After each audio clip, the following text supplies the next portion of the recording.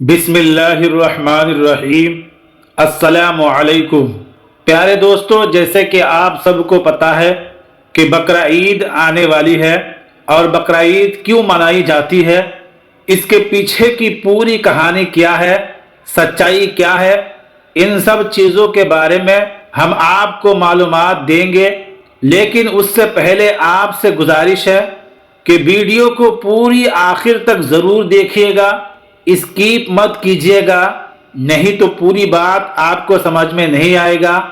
دوستو، آپ کو یوٹیوب پر بہت ساری ویڈیوز مل جائیں گے، لیکن آپ کو اتنا ڈیٹیل اور تفصیل کے ساتھ کسی نے نہیں بتایا ہوگا جتنی تفصیل کے ساتھ ہم آپ کو بتانے جا رہے ہیں۔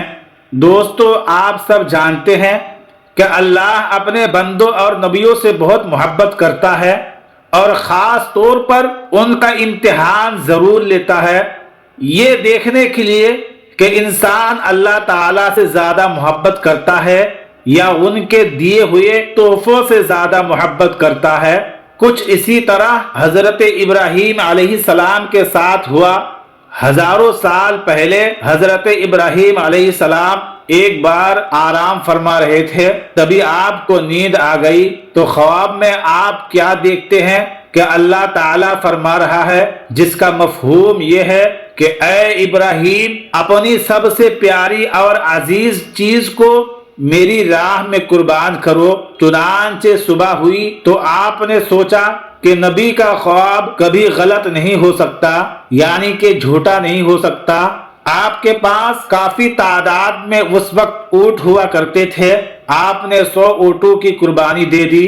حضرت ابراہیم علیہ السلام نے سوچا کہ اللہ تعالیٰ نے جو حکم دیا ہے وہ پورا ہو گیا۔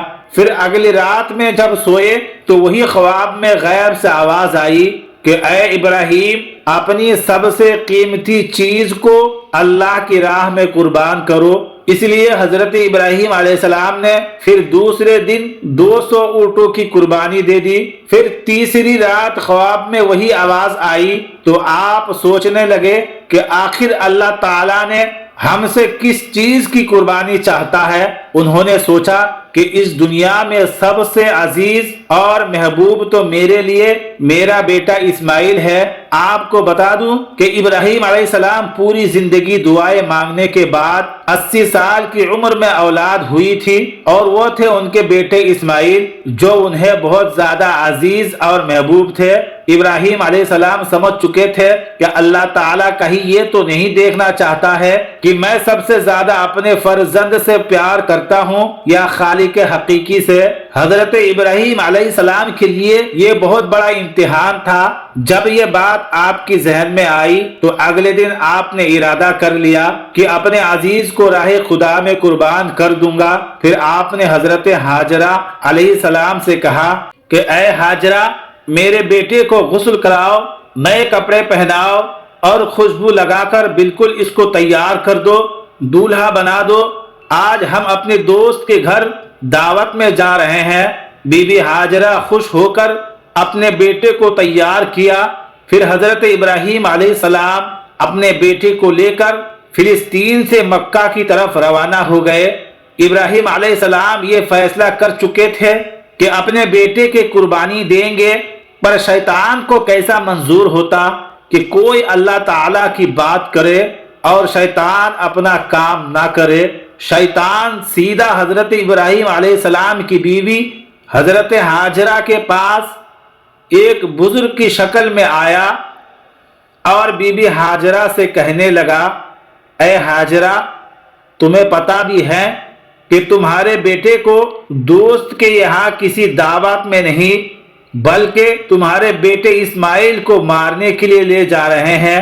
تو یہ سن کر حضرت ہاجرہ کو بہت حیرانی ہوئی، پر وہ سمجھ گئی تھی کہ یہ ضرور اللہ کا حکم ہوگا۔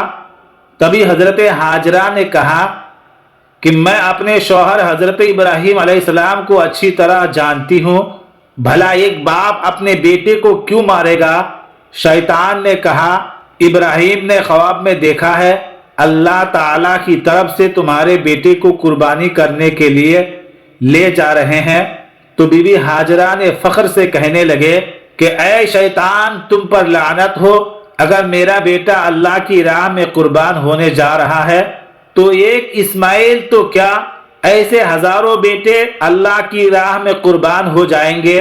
سوچئے ایک ماں کے لیے یہ کہنا کتنی بڑی بات ہے۔ جب شیطان حضرت ہاجرہ کو بھڑکانے سے ناکام ہوا تو پھر شیطان سیدھا ان کے بیٹے حضرت اسماعیل علیہ السلام کے پاس گیا اور کہنے لگا، تمہیں پتا بھی ہے تمہارے بابا تمہیں کہاں لے جا رہے ہیں، تمہیں یہ اللہ کی راہ میں قربان کرنے کے لیے لے جا رہے ہیں۔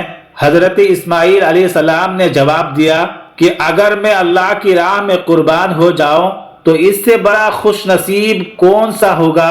13 سال کے بچے میں اتنی سمجھ اور بہادر ہونا کتنی بڑی بات ہے۔ جب یہاں سے بھی شیطان ناکام ہو گیا تو وہ ابراہیم علیہ السلام کو بھڑکانے کی کوشش کرنے لگا، اور پھر شیطان یہی سوال لے کر حضرت ابراہیم علیہ السلام کی طرف گیا اور کہا کہ تمہیں یہ بیٹا اتنی منت و مراد سے ملا ہے، اگر تم اسے قربان کر دیا تو بڑھاپے میں تمہارا سہارا کون بنے گا؟ تم اپنے بیٹے کو کیوں پریشان کر رہے ہو؟ تمہیں پتا بھی ہے کہ تمہاری قربانی کو قبول ہوگی یا نہیں؟ اگر اللہ یہ قربانی قبول نہیں کیا تو بہت بڑا نقصان ہو جائے گا، ایسا مت کرو۔ شیطان ہر طرح سے انہیں بار بار بہکانے کی کوشش کرتا رہا۔ تبھی حضرت ابراہیم علیہ السلام غصے میں آ کر پتھر اٹھاتے ہیں اور شیطان کو لعنت کہہ کر پتھر مارتے ہیں۔ بتایا جاتا ہے کہ تبھی سے مکہ شریف میں حج کے دوران شیطان کو پتھر مارا جاتا ہے، اور یہ حج کے اہم ارکانوں سے ایک ارکان ہے۔ پھر آپ حضرت اسماعیل علیہ السلام کو لے کر آگے بڑھنے لگے اور اپنے پیارے فرزند سے فرمانے لگے کہ آپ کو پتا ہے کہ ہم آپ کو اللہ کی راہ میں قربان کرنے کے لیے لے جا رہے ہیں۔ تبھی حضرت اسماعیل علیہ السلام کہنے لگے کہ بابا، اس سے بہتر میرے لیے کیا ہوگا کہ مجھے اللہ کی راہ میں ایک اللہ کے نبی قربان کرنے کے لیے لے جا رہے ہیں، لیکن بابا میری ایک التجا ہے، جب میرا گلا کٹے گا تب آپ نہیں دیکھ پائیں گے، اسی لیے رسی سے میرے ہاتھ پاؤں دونوں اچھی طرح سے باندھ لینا، اور بابا میں چاہوں گا آپ اپنے آنکھوں پر بھی پٹی باندھ لے تاکہ جب آپ میری گردن پر چھری چلائیں گے تو آپ کو مجھ پر رحم نہ آ جائے۔ بس پھر کیا تھا، حضرت ابراہیم علیہ السلام نے اپنے بیٹے کے ہاتھ اور پیر اور اپنی آنکھوں پر پٹی باندھ لی اور ہاتھوں پر چھری لے کر آسمان کی طرف دیکھا اور کہا کہ اے اللہ، اگر تو 1000 اسماعیل بھی دیتا تو میں 1000 اسماعیل کو تیری راہ میں قربان کر دیتا۔ یہ کہہ کر گردن کی طرف چھری لے جانے لگے تو اللہ تعالیٰ نے فرمایا کہ اے جبرائیل، جاؤ جنت سے ایک جانور لے کر جاؤ اور اسماعیل کو ہٹا دو اور اس کی جگہ اس جانور کو رکھ کر آؤ۔ ابراہیم اپنے امتحان میں پاس ہو گیا ہے۔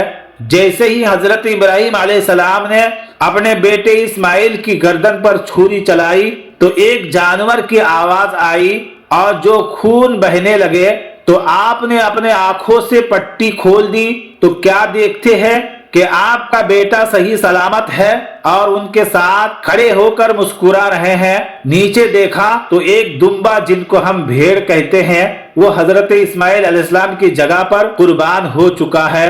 حضرت ابراہیم علیہ السلام نے اللہ کا شکر ادا کیا اور غیب سے آواز آئی کہ اے ابراہیم، آپ امتحان میں کامیاب ہو گئے ہیں، ہم نے آپ کی قربانی قبول کی، آپ کا یہ امتحان تا قیامت یاد رکھا جائے گا۔ آپ کی اس سنت کو ایمان والے ہر سال یاد رکھیں گے، اللہ کی راہ میں قربانی پیش کریں گے۔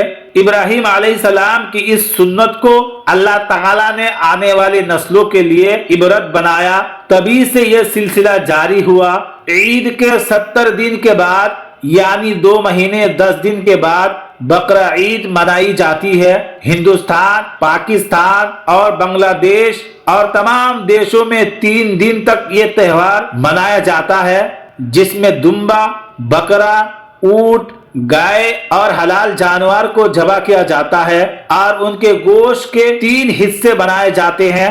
پہلا حصہ غریبوں مسکینوں کے لیے، دوسرا حصہ رشتہ داروں کے لیے اور تیسرا حصہ اپنے گھر کے لیے کیا جاتا ہے۔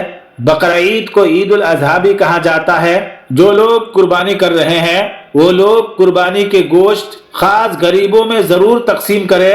اللہ تعالی ہم سب کو عمل کی توفیق عطا فرمائے اور ہم میں سے جو کوئی قربانی کر رہا ہے اس کی قربانی قبول فرمائے، آمین اللہم آمین۔ امید ہے کہ آج کی ویڈیو آپ کو اچھی لگی ہوگی۔ اگر ویڈیو اچھی لگی ہے تو لائک کر کے ہمارے چینل کو ضرور سبسکرائب کریں اور بیل آئیکن کو ضرور کلک کریں تاکہ ہماری نئی آنے والی ویڈیوز کا آپ کو پتہ چلتا رہے۔ اگر زندگی رہی تو ایک اور ویڈیو کے ساتھ انشاءاللہ حاضر ہوں گے۔ ابھی ہمیں اجازت دیجیے، اللہ حافظ۔